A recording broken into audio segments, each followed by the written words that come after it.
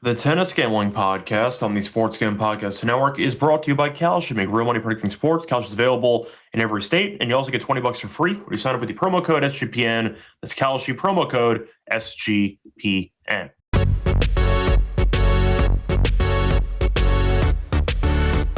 And welcome, everyone, to the Tennis Gambling Podcast here on the Sports Gambling Podcast Network. Currently Tuesday afternoon, January 20th, around 2 p.m. Eastern. I'm Rosso Scott Reichel once again going solo for this pod. Time to get into the second round of the Aussie Open on the men's side. Before we get into that, though, a reminder, support the show by liking and subscribing on YouTube. And a reminder, you can also find the podcast audio only on Spotify or Apple. So a couple ways to support the show: like, subscribe on YouTube, and also leave a rating and review on Spotify or Apple if you want the audio version only.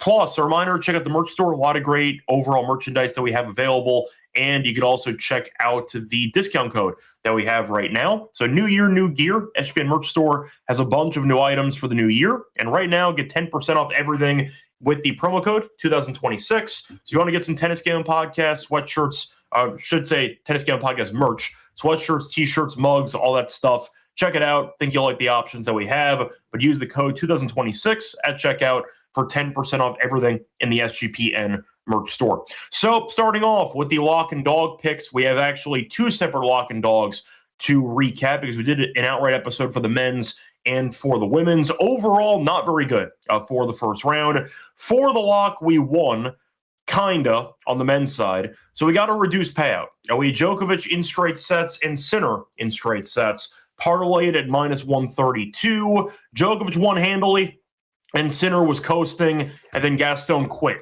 after two sets. So Sinner would have won 3-0 easily. Gaston was probably on pace to win one game or so in the third set. Decided, I don't want to be here, and he quit. So we turned the minus 132 into a Djokovic straight bet of minus 200. It's a win, I guess, but definitely not fun when the other leg is coasting and it ends prematurely. So that ended up voiding, but a win nonetheless. For the dog, though, picked up a loss. We had Vacherat to win and both players to win a set. And Vacherat did win, unfortunately, too easily, as Dam did not win a set. Dam lost in straight sets, and Vacherat did not get broken into the entire match. So once again, chop the lock and dog. We lost some on the juice, but the Gaston retirement was kind of annoying as we were coasting to a nice, I'd say, sweat-free lock winner. For the women's side, though, not fun. We had a pretty brutal loss there for the lock. A bad beat there as we had Christian team total under 8.5 against Mukova at minus 114. Real pain in the ass. Mukova was coasting and then she fell apart.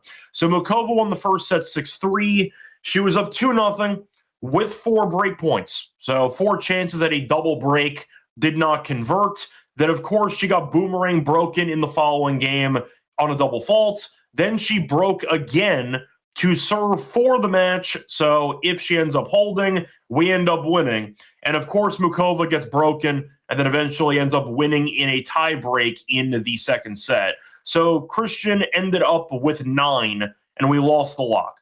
So down 4 break points and 2-0 in the second set.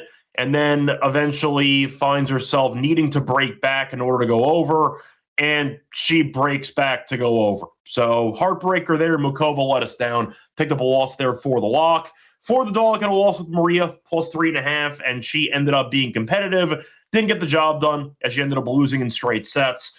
It was close, but she just didn't cover. It is what it is. So picked up a loss there on the dog as well. So once again, not great for the lock and dog in the first round for the men's and the women's. The Mukova loss, though, was really just frustrating because she dominated most of that match and just let Christian hang around longer than she should. But either way, ended up once again not having the best first round. We'll look to bounce back here for the second round. So getting into the recap of the first round for the men's side. For starters, you had Caboli, the first upset in the first match, actually, as Caboli lost in straight sets to Ferry. Caboli had stomach problems the entire match, and I would say that it wasn't that shocking if you were watching the match unfold. Clearly wasn't healthy, and Ferry beat him. So either way, Caboli got killed. Etcheverry out Kecmanovic in a 5 in the first round. So Mutet beat Schoolcat. You saw Zverev lose the first set to Diallo and then dominated as he won in 4. Cerundolo won in straight sets. You saw Nava win a marathon against Jacquet in 5. You ended up seeing Zhang upset Korda. Classic Korda, being a clown again in another year. And you saw Zhang win his first ever ATP match. First ever match, and he ends up beating Korda. So Korda, keep doing your thing, I guess, and we'll keep making fun of you.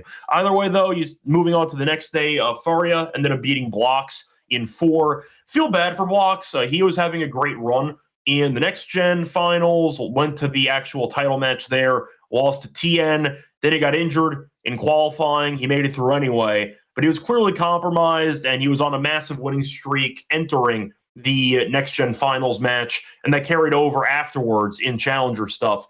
He got injured in qualifying, and he decided to get the prize money. He stayed in the event and ended up losing to Faria. But I think if he was fully healthy, he probably would have won. But either way, bit unfortunate when you have a guy in great form who just gets hurt in the middle of great form and ends up losing in the first round. Besides that, you saw Carabelli, our boy, once again get killed in straight sets on hard court, which is basically free money every time, as Vuksovics beat him in straight sets. Tiafoe beat Kubler in straight sets. Saw Svaja lose in 4 to Hanfman. Nori ended up winning in 5 against Bonzi. Bublik looks great again, beat Brooksby in straight sets. Alcaraz was fine, won in straight sets against Walton. Navone won a set on hard court. Congrats. Did lose to Medjedovic there in 4. Felix got injured, retired in the start of the 4th set against Borges. So Felix not healthy. Hope he gets better.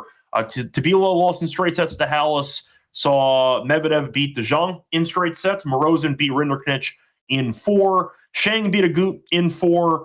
I saw Paul beat Kovacevic in straight sets. Opelka looked great. No breakers, beating Butkov in straight sets. Rublev looked good against Arnaldi in straight sets. Thompson beat Cerundolo, the bad one, in 4 sets. Besides that, TN ended up beating Giron in 5. He ended up seeing Vukic get killed in straight sets against Tarante. Wawrinka won a match in his final Aussie Open. So once again, a good sign for him. And we're all happy that he got the wild card instead of Kyrgios. And then he actually won a match. So good for him as he beat Degir. You ended up seeing Majcik beat Fernley in 4. Dzanchel beat Nakashima in 4. And Cilic had a double bagel to start the match against Altmaier. Eventually did win in a breaker in the 3rd set. But Altmaier no-showed the first hour or so. And then he finally won some games. But Cilic, a nice job as he won in straight sets. You saw Maestrelli, who ended up beating Ottmane in 5. Ottmane ran out of gas. I mean, he won 2 games in the last 2 sets combined. But a nice job by the qualifier to get the job done there. Munar ended up winning in 5, which was not easy. Got the job done there. Besides that, ended up seeing Leheshka lose in straight sets to Gia, which I guess understandable because Leheshka's been battling some injuries recently, but still competitive all 3 sets. Did not get the job done, though, for Leheshka, as he lost 5-7, 6-7, 5-7. So all sets were close. Did not win a set, though, as he ended up losing as a favorite outright in straight sets. Besides that, you saw Vatra beat Dam in a bunch of 6-4s as he won in straight sets. Mueller came back from the dead against Popyrin as he won the last 2 sets in breakers as he won in 5 sets. Popyrin's been a disaster. It's why I've been avoiding him at all costs. He's been terrible. The last time I think he was good was the French Open last year. And then he no-showed the match against Paul. Since then, it's just been free fall. So not a good job by Popyrin in front of the home country fans. Ruud looked good, beating Bellucci in straight sets. Djokovic looked fantastic as he beat Martinez in straight sets. Darderi beat Green in straight sets. He had stomach issues, and yet he still beat Green, which kind of sums up how bad Green's been. But either way, Darderi, nice win based on the conditions, and hopefully feels healthier in the second round. But a bit of embarrassing by Green, who couldn't win a set against a guy who just could not stop running to the bathroom. So bad job by Green, but nice win for Darderi. I ended up seeing Musetti beat Collignon in 4 or 3.5 because Collignon ended up retiring. But Musetti had a tough battle. Once again, not an easy opponent in the first round, and he was able to get by, so nice win there. Greek Sport continues to spiral as he lost again in straight sets. Damn, he's been terrible so far in 2026. Nice win for Quinn, though. Baez beat Pericard in 5. Blew a 2-set lead, won the 5th. I believe Pericard started cramping in the 5th, but a win is a win. Nice job by Baez there. Gashanov beat Mickelson in 5. Basaveretti beat O'Connell in 5. Mensik beat, once again, Krenya Busta in 5. So we had a string of 5-setters, 4 in a row there on Tuesday morning. Besides that, you saw Shelton beat Humbert in straight sets. Fonseca flamed out as Spizzirri beat him in 4 pretty handily. Fonseca couldn't handle the heat, and he kind of just fell apart down the stretch. Wu ended up beating Nardi in 4. Sweeney ended up beating Monfils in 4 as well. You ended up seeing Joder beat Sakamoto in 5. Duckworth beat Prismic in 5. Prismic has been hyped up for years, and he's done nothing in his entire career. Took a set off Djokovic in the Aussie Open a few years ago. He lost in 3 to Darderi in Umag last year. That's basically it. He's been hyped up for a while as the next Croatian star. He's done nothing, and he lost to Duckworth in 5. Not ideal for him. Nice one for Hurkacz, beat Bergs in 4. Capriva beat Struff in 5. Fritz ended up beating Royer in 4. Gaston quit, said it before. Dimitrov showed up. Happy to see him back on court, but he got buried by Makic. Still, with the injury that he suffered last year in Wimbledon, nice to see him playing some tennis, but he really was not ready. And Makic continues the hot run after winning in Adelaide. And then last but not least, Tsitsipas beat Mochizuki in 4 sets. In a weird match where both guys got hurt at the same time. Both players called for the trainer at the same time, and then a ball girl puked on the court. So there was a delay for about 10 minutes or so. But that match was I'd say it was just bizarre. But Tsitsipas ended up winning in 4 sets. So once again, a couple of upsets, nothing that extreme. And we have seen a couple of retirements with injuries, etc. We'll see how the players handle the heat moving forward over the next week. But overall, a pretty fun round, and we'll see if that translates into a fun second round as well. Before we get into the actual second round preview of the Aussie Open, a reminder they're brought to you by our sponsor, Avo. So if you want to get some opportunities to make some real money betting on sports, use Avo, AVO. It's the best sports betting tool that helps you make a profit every time you decide to place bets. They help you with arbitrage and plus EV opportunities. If you don't know what that means, that's fine. They also have video tutorials to give you step-by-step guides to help you actually handle arbitrage, etc. So if you want the guides, check out the platform as well. And if you're new to Avo, go to avo.bet, use the code SGPN for $18 off your purchase. That's avo.bet, code SGPN for $18 off your purchase. We're also brought to you by Kalshi, real money prediction market available in every state, so you can trade a bunch of markets in sports, the NFL, college football, college basketball, NBA, NHL, tennis, and more.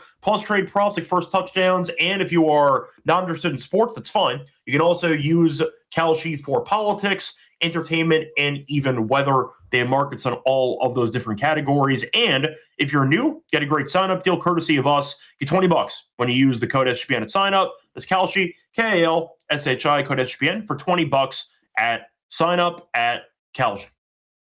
Welcome back, everyone, to the Tennis Game Podcast. Finished going through the first round recap. Time to go on into the second round. So, starting off with we're going to jump around, obviously, because we're not going to cover every match here. We'll cover some that caught my eye. So, for starters, we're going to go to the matchup between Opelka and Fokina. Should be a fun one. Now, for this one, we know Fokina is a decent favorite, minus 260. Opelka's around plus 200. For the spread, minus 3.5 for Fokina, plus 3.5 for Opelka, and the over-under is at 41.5. Now, for the head-to-head history between the two of them, they have faced off a grand total of 1 time. It was in Atlanta 2 years ago or a year and a half ago, so they have a hard court match, and Fokina won 7-5, 7-5. So you're looking at Fokina in that match who did not get broken. He faced 4 break points, but was able to fight them off. Either way, though, I do think it should be a pretty fun matchup. Now, I do think it's, at the end of the day, going to be Fokina's match to lose. Yes, Opelka was great against Budkov in the first round. Fokina was great against Misolic in the first round.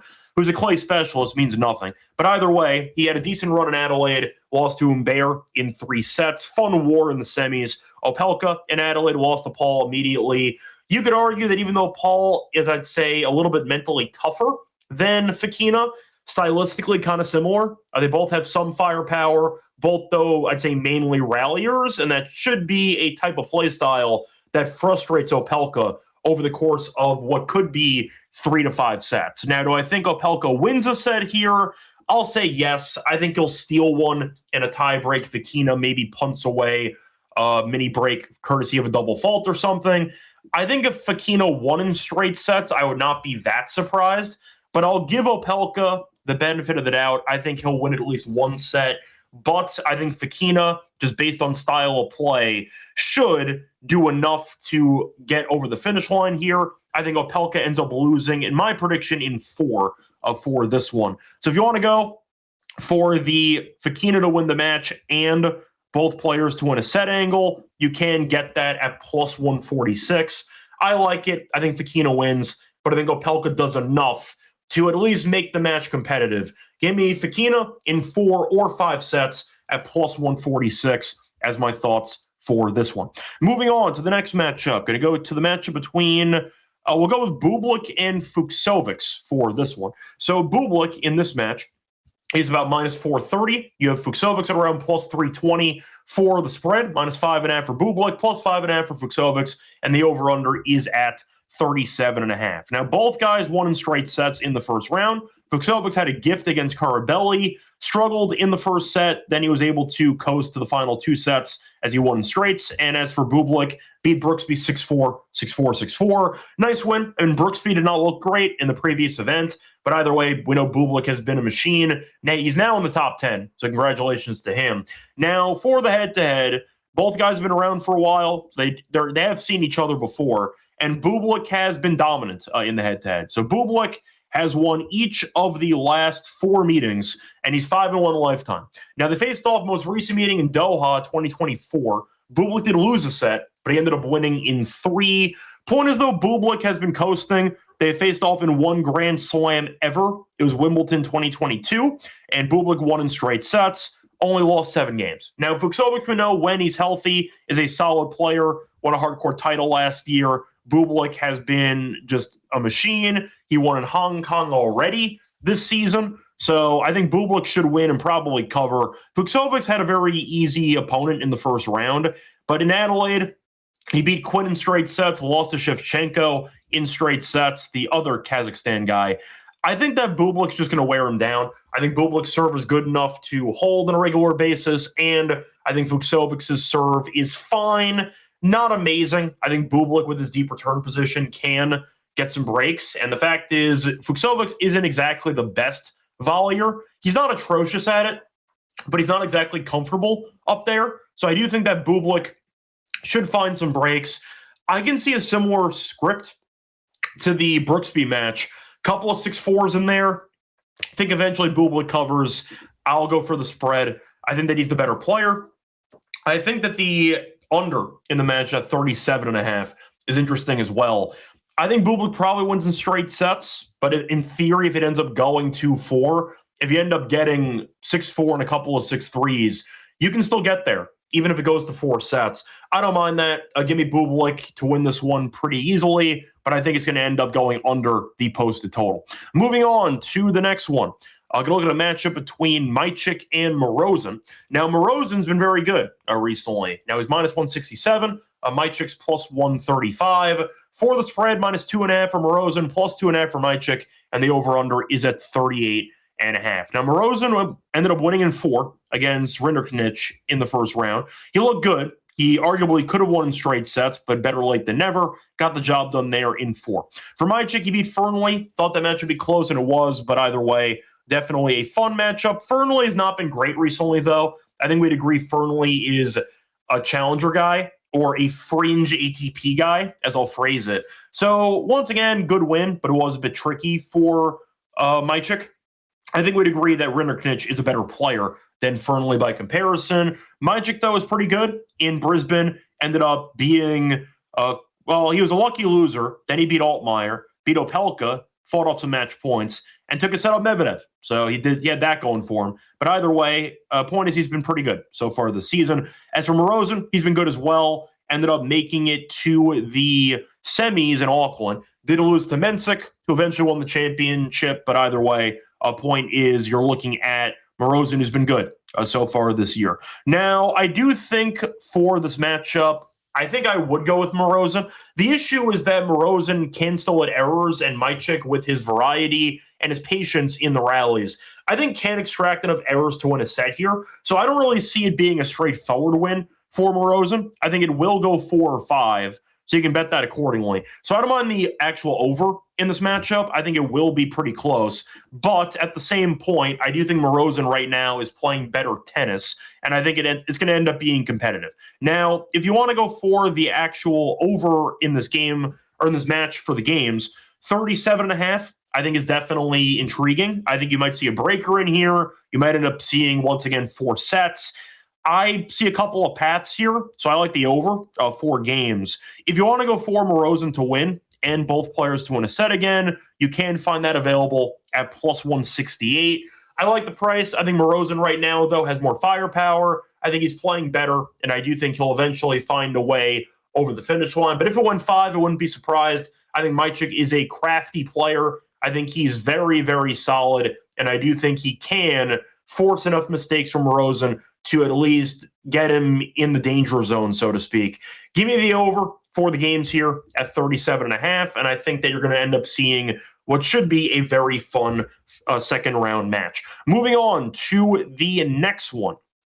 Where do we want to go here? So I'm going to go with an actual money line that's close. I'm going to go to the Moutet match as he takes on Zhang.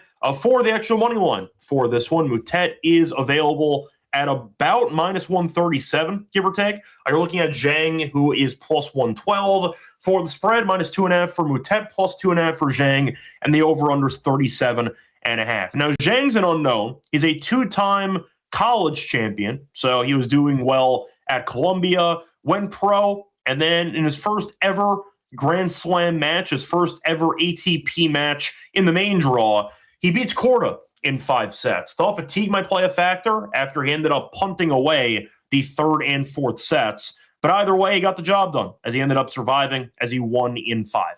Now, unlike Zhang, Moutet had a pretty easy go of it in the first round as he won in straight sets. Moutet beat Schoolcat. I know that some people think he got injured late in that match, but he was able to win in straight sets. Now, both guys we know are quite undersized, and the argument is, will this be a battle of whoever holds serve first basically wins? Now, Zhang has a very consistent play style where there's not much firepower involved, but he'll keep the ball in play. The shot selection is creative and pretty high IQ. So I'm pretty interested in Zhang in the future.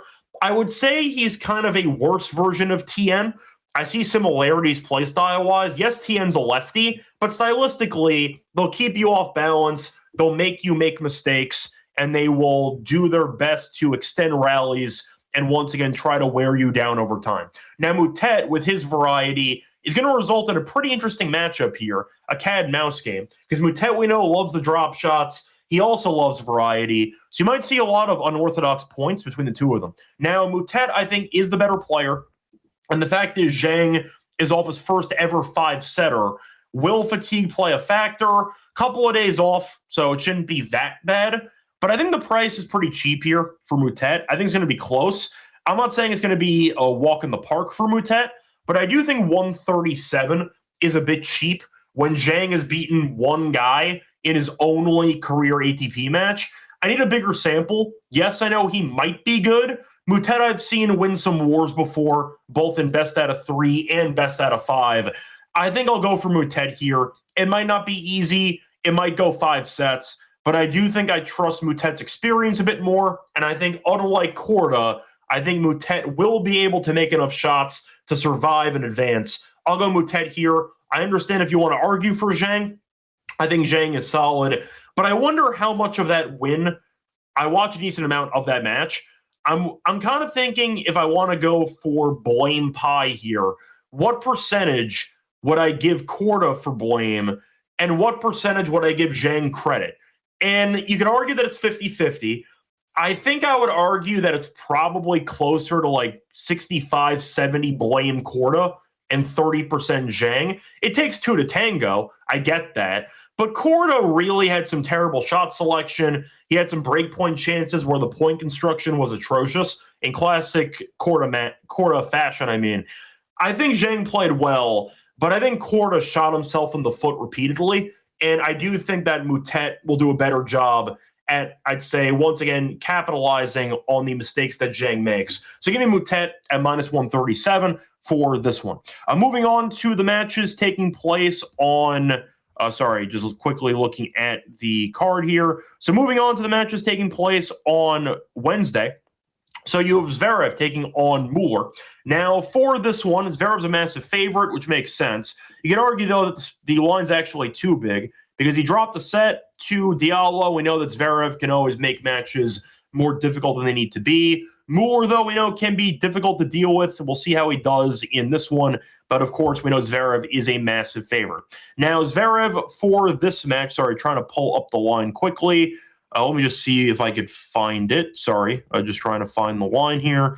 Why is it not popping up on my command app? Okay, so Zverev's about minus 1,600. Mueller's around 8-1. For the spread, minus 7.5 for Zverev, plus 7.5 for Mueller. The over-under is at 31.5. Now, for the actual head-to-head history between the two of them, they have faced off 3 times before, once in a Grand Slam. Faced off in the U.S. Open last year. Zverev did win in 3. But there was a breaker in there, so at least one set was close. Then Zverev destroyed him 6-1 in the final set. Now, in the head-to-head, they faced off 3 times. Mueller's the most recent winner.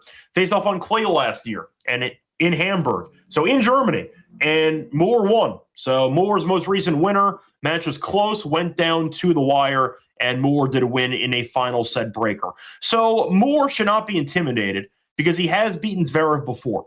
Now, do I think Zverev's going to win? Yes. I think that in 3 out of 5, Zverev's too good on hard court by comparison. Mueller's no slouch on hard court, but I think Zverev will get the job done. Now, having said that, do I like the spread at 7.5? No, I really don't. I think that you're looking at a guy who we know can easily punt a set. Zverev, we know that mentally he can be a little bit erratic at times. And I do think that Mueller can cause enough issues to cover this number. So I think Zverev probably wins in 3. If he lost a set, would I be shocked? No. He dropped a set to Diallo, so anything's possible. But I do think you're looking at a match that should be closer than people expect. I get why the money line is so expensive. I would not consider taking Zverev on that money line in a parlay. I think that's ridiculous at minus 1,600. Give me the spread. Instead, I think 7.5 kind of sounds right. I could see it being close, but I think you're looking at a spot where it's going to be competitive, but Zverev gets the job done. That's kind of my thoughts on that one. I see Matt mentioning that Moutet has been sick and was barely able to finish. There's also been some days off, though. I feel like people underestimate the recovery time because day 1, or I should say the first round of the Aussie Open is 3 days. So if you end up playing one of the earlier matches, which Moutet did, you do have some extra time to recover. So I'm not saying he's going to be 100%, but I do think the extra, I'd say, rest in between round 1 and round 2 should help Moutet recover more than I'd say in other events. If this was like a 250 or a 500 and you're playing Monday and Tuesday and Wednesday, I'd agree. But the fact that there's some time off between matches, I think will help Moutet recover in preparation for this match. But yes, I'm aware Moutet is not fully healthy. I get it.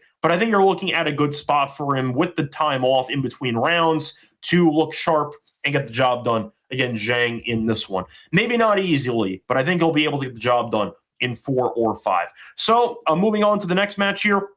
For the next one, we'll go to the match involving... we'll go with Wawrinka match, taking on Gia. So for this one, Wawrinka is a dog. We'll see if he's going to keep his Aussie Open career alive.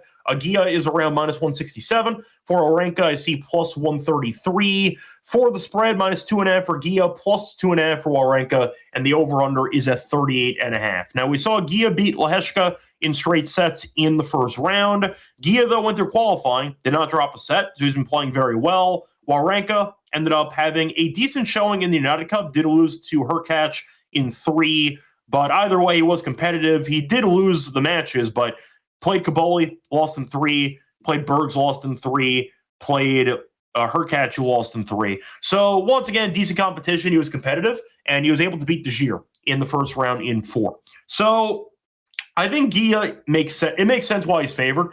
But I like the over in this match. I think that Wawrinka and Gia should look pretty good. And I think you're looking at what should be a 4 or 5 setter.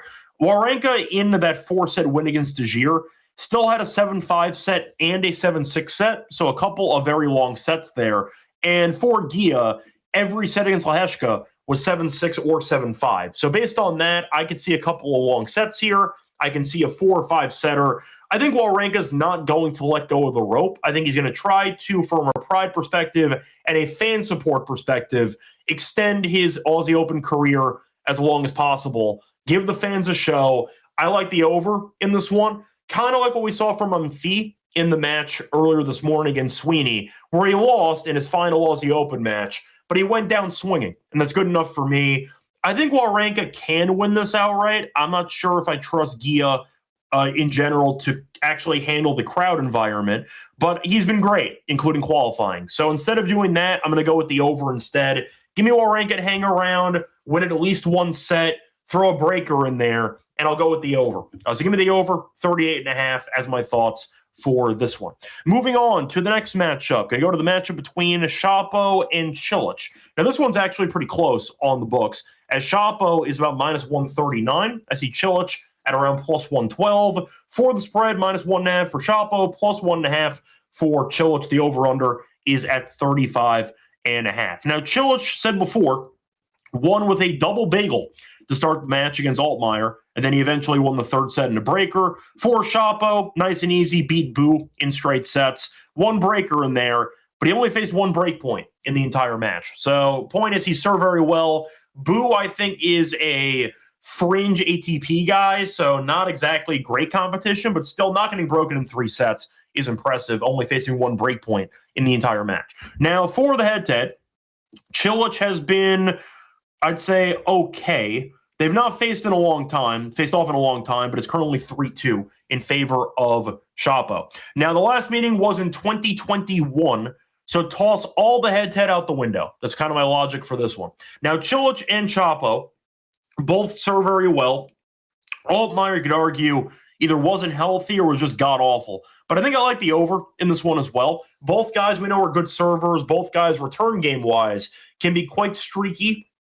So it wouldn't shock me if we got at least one breaker, maybe a couple of breakers in this one. But I like the over. So kind of a common theme here. I see a close match. I think 39.5 sounds right. I mean, a breaker and 6-4s gets you to 43. So you can look at a couple of 6-3s mixed in with a breaker, and you end up getting 70. But I don't see either guy winning in straight sets. I see a close matchup here. I think that Cilic is actually alive to win this. But I think you're looking at what should be a back-and-forth war where a couple of key points and tie breaks might decide the actual match. Give me the over, 39.5. I think it's going to be a very close matchup. Moving on to the next matchup, you have Spizzirri taking on Wu. So for the pricing here, Spizzirri, after beating Fonseca in the last round, is favored. In fact, there's been a bit of steam coming in on Spizzirri, as he's now -130.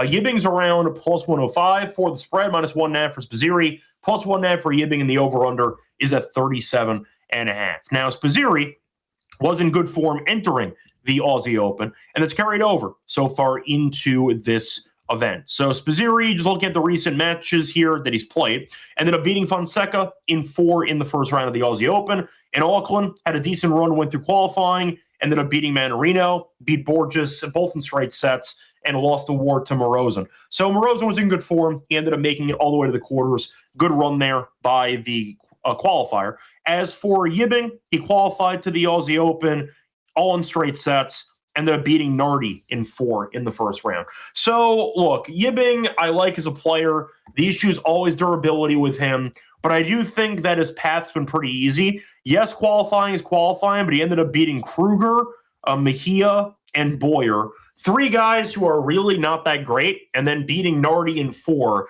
I am not a Nardi guy. I mentioned it before on the show. Yes, I know that he beat Djokovic years ago in that random Indian Wells match, but he's really done nothing in his entire career. I do not think Nardi's that good, so beating him in 4 doesn't mean anything to me. Yes, I know Fonseca wasn't fully healthy, and he struggled with the heat. Spizzirri, though, has been good. I think that he's worthy of being a favorite. I think the young American is quite underrated, and I do think that it's pretty telling. The line went from basically even money to -130. I agree. I think Spizzirri wins potentially in 4. There's a chance that you get there via retirement if Yibing gets injured again. So make sure you back this on a retirement book where they'll pay you if Yibing ends up quitting. But I think that Yibing was fine against Nardi. The serve wasn't amazing. I mean, for reference, Nardi faced 13 break points. Yibing, in a match that he won in 4 sets, faced 19 break points. So you can't leave the door open that many times against good competition and expect to win. I think unlike Nardi, Spizzirri will capitalize more on the breakpoint chances. Give me Spizzirri minus 130 for this match. Moving on to the next match, we'll go with the matchup between Joder and Mensik. So Mensik had a tough go of it, but he was able to survive against Busta as he ended up winning in 5. In the first round, Joder ended up surviving Sakamoto in 5 sets. For the money line, minus 210 for Mensik, plus 165 for Joder. The spread minus 3.5 for Mensik, plus 3.5 for Joder, and the over-under is at 39.5 games. Now, both guys had marathons in the first round. Joder's a youngster who, by all accounts, is supposed to be really good. Now, we saw him in the next-gen finals, beat TN, the only guy to do so. He made a good run in Canterbury in a challenger right before the Aussie Open, and he ended up making it to the final, I believe, ended up losing to blocks in straight sets. So overall, playing good tennis on hard court, and you're looking at Mensik, who was able to win in Auckland. So both guys are in good form. Now, Mensik, I will point out, though, has really not been a great Grand Slam guy throughout his career, and a big reason for that is his just constant issue when it comes to just punting sets away. And you're looking at his history in best-of-5 sets, and he's been punting sets all the time. So if you want to go through his Grand Slam history, first of all, he's only 12-11 in his Grand Slam career, which is really not good for a guy ranked inside the top 20. But Mensik, just for reference, has lost at least 1 set in, I believe, 11 straight Grand Slam matches, or 10 of the last 11. So let me just see: 2-1, 3-1, 4-1, 5-1, 6-1, 7-1, 8-1, 9-1, 10-1. So he's lost at least 1 set in 10 of his last 11 Grand Slam matches. And Busta, we know, is past his prime at this point. Mensik still won 5 sets against Busta. He's just a guy who I don't trust on a regular basis in Grand Slams. And Joder, who by all accounts is a solid ball striker, a good young player, who's only 19 years old, I can see this being a very competitive matchup. I think Mensik should win, but I don't trust him at all. And I think if you're looking at Joder, who had a bit of a war there against Sakamoto, I do think Joder, though, has the game to frustrate Mensik. The ball striking is pure. You could argue Mensik's return game might be up and down like it usually is. I don't mind the dog here. I think the dog's actually kind of live. If you want to go for a swing, I do not mind match to go 5 sets. I think 5 sets as an exact outcome is kind of intriguing. But if you want to go for a potential long shot, I don't see any odds on it yet on FanDuel. But I do not mind the Joder to win and both players to win a set, or even Joder 5, I think is interesting. But Mensik just punts sets left and right. Once again, he's lost at least 1 set in 10 of his last 11 Grand Slam matches. I see it being a war. I'll go for Joder. Give me a spin with the dog here in this one. Moving on to what I think is going to be the last match that we're going to cover here. Going to the matchup between, we'll go with Munar against Ruud. Ruud's a laying 250. Munar's a plus 195. For the spread, minus 4.5 for Ruud, plus 4.5 for Munar. The over-under is at 37.5. Now, Ruud looked very good in the first round against Bellucci as he won in straight sets. Munar did not look great. He had a 5-set marathon, but he survived. Now, we saw Munar in the United Cup lose a couple of close matches, showed up in Adelaide, ended up winning a couple of matches, beat Cerundolo, then lost to Makic in straight sets. No shame in that, as Makic did eventually win the title. So Munar, we know, can be difficult to deal with on a hard court, but I do think, of course, Ruud is better. For the head-to-head, it has been pretty one-sided. Ruud in his career is currently, I believe he's 6-1 or 7. Yeah, 6-1 against Munar. He's won 3 in a row, and all the meetings that they played recently have been somewhat competitive, or I should say that 2 of the last 3 were competitive. So Ruud in the last meeting in Rome on clay beat him in straight sets. We know that, of course, clay is definitely Ruud's best surface. Faced off, though, in Dallas last year in 3 sets, went to a deciding set. Faced off in this event last year in the Aussie Open, and Ruud did win in 5. So the point is, Munar was giving Ruud problems last year, didn't complete the job, but Ruud had to sweat it out as he eventually did win in 5. Now, for my favorite play in this match, I've mentioned this before, but I'll go back to it. Munar has been horrific in the first set of matches in this event, or I should say this year. So based on that, I actually like Ruud early. I like the first set spread for Ruud. I found -1.5 games at -130. I like it. If you want to go through the meetings or matches this year for Munar, Munar has won the first set one time this entire season. So for the matches he's played, he has played a total of 6 matches, and Munar is 1-5 in the first set. He has been a really slow starter. He picks it up as he goes, but I think Ruud should look good early in this match. Ruud has been good in the head-to-head in the first set, and I think -130 is an objectively good price. So I'll fade Munar early in the match. It might end up becoming a 5-setter like we saw last year if Ruud ends up kind of falling apart a little bit. But I do think that the first set is a sharp angle. You know, in the past, when Bublik was still being a clown, we used to blindly fade him in the first set all the time because he would be a really bad starter who mentally wouldn't be fully dialed in until later on. Munar's kind of the same way. He kind of uses the first set to kind of just get, I'd say, some familiarity with the opponent. It feels like a feeling out process for Munar, but he's been a really bad first set player all year. And when you're 1-5 in the first set in your 6 matches to start the season, and Ruud in the head-to-head has owned you in the first set, I like the value. I'll keep fading Munar as my new first set fade guy. Give me Ruud to cover the first set 1.5 game spread at -130 for this one. Anyways, going to wrap it up for the second round.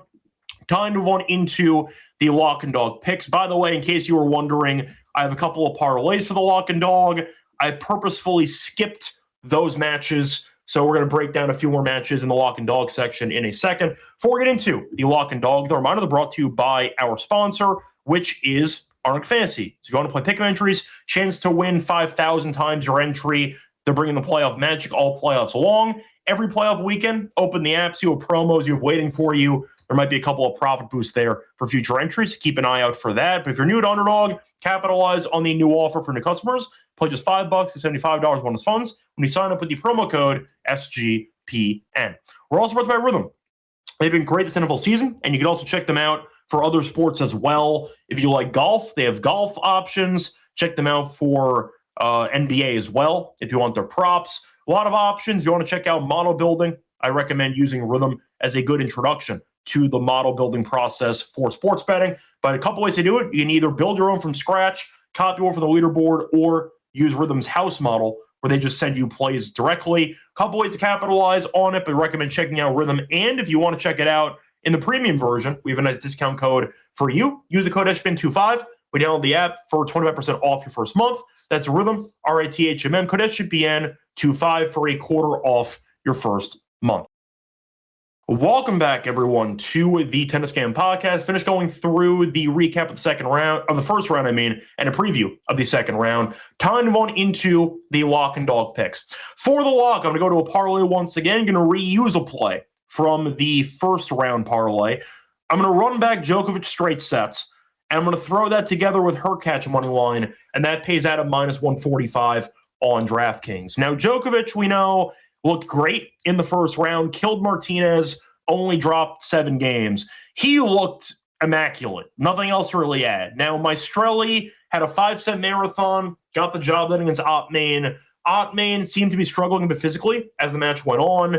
I think that he, unlike Martinez, has a solid serve, so maybe there's a breaker in there if Maestrelli ends up, I'd say, serving well. But Djokovic, if he plays like he did against Martinez, he's coasting to the semis. Djokovic was on fire the entire match. And Maestrelli, no offense to Ottman, I know that he had a good run in Cincinnati last year. Since then, he really hasn't done anything. And I do think that Maestrelli was a solid qualifier who has a good serve. But Joker's Joker. And I think Joker's going to win in straight sets. So give me Djokovic there in straight sets against the qualifier as the first leg of the parlay. Now, for the second leg, Hurkacz had a bit of a struggle against Bergs, got the job done, settled in as he won in 4. Good win. I mean, Bergs is not a bad player. He ended up making the final in a grass event last year, made the final in Auckland last year. Bergs is a pretty solid player, and Hurkacz has been good so far this season, including the United Cup for Poland. He's been good. He's 5-1 so far this season. So Hurkacz, after the injury, we know his upside is definitely a top 10, top 15 talent. And the serve we know is great. The overall talent is there. And I think that the Bergs test is actually encouraging because it looked like he was going to potentially get himself into a 5-set war because nobody could break anybody. And then the return game kind of settled in. But Quinn, I think, is an okay at best player. He's lost 3 of his last 5. The 2 wins, a 3-setter against Bonzi, and the first round against Griekspoor. But Griekspoor has been so bad, I can't even categorize that as a good win. Griekspoor has been getting his ass kicked for the entire year so far. I think Quinn was, I'd say, lucky that he got that draw in the first round. Quinn's a good server, I get it, but Hurkacz is better, and I think they'll be able to win this. So give me Hurkacz to get the job done as the second leg of my lock parlay. For the dog, I'm going to go with a bit of distance for this one. I'm going to parlay 2 separate matches over 3.5 sets. So for the first play, for the dog, give me Thompson over 3.5 sets against Borges. And for the second leg, give me Shang and Dzanchulp over 3.5 sets. And that 2-pick pays out at plus 125. Now, for the reasons why, Thompson and Borges have a lot of marathons in their respective Grand Slam careers. Each of Thompson's last 6 Grand Slam matches have not ended in straight sets, excluding Wimbledon, where Thompson retired midway through the match against Fritz. But the point is, he's been involved in a bunch of marathons. He dropped a set to J.M. Cerundolo in the first round. So I do think that Thompson, if he wins or not, doesn't matter. The fact is, his matches tend to go distance, and I think that'll be the case once again here in the second round. As for Borges, 3 of his last 4 matches in Grand Slams have also not ended in straight sets. Both guys are streaky. They tend to punt some sets. I'll back the historical trends here. Give me the over 3.5 sets in this match, regardless of who ends up winning. For the Shang match, both guys have been vulnerable to dropping sets in Grand Slams. Shang has lost at least 1 set in 6 of his last 7 Grand Slam matches, and Dzanchulp has lost at least 1 set in 6 of his last 7 Grand Slam matches. Dzanchulp looked good against Nakashima in the first round, still went 4. Shang looked fine in the first round as well. But the point is, both guys, once again, are streaky. They drop sets, and they faced off 1 time in the head-to-head. It was on hard court on, once again, Hong Kong surface in 2024. Went to 3 sets, and each set went to a breaker. It was the closest match possible out of 3 sets. So the fact is, they played before. It was an absolute war. Pure coin flip match. I see a streaky showing in multiple sets by each guy. I think the over 3.5 sets is appealing. I'll go for that as my second play in the parlay. So once again, the lock and dog picks, 2 separate parlays. The lock's going to be on Djokovic straight sets against Maestrelli, parlayed with Hurkacz moneyline against Quinn at minus 145. For the dog, I'm going to go with Thompson over 3.5 sets in his match against Borges, and Shang Dzanchulp over 3.5 sets, parlayed together at plus 125. It's going to wrap it up for the show. Like once again, for the third round of the Aussie Open. Till next time, support the show once again. Like, subscribe on YouTube. Leave a rating and review on Spotify or Apple. Plus, you can find me on Twitter at Reichel Radio. Till next time, good luck to all of you and all of your bets. Bye, everyone.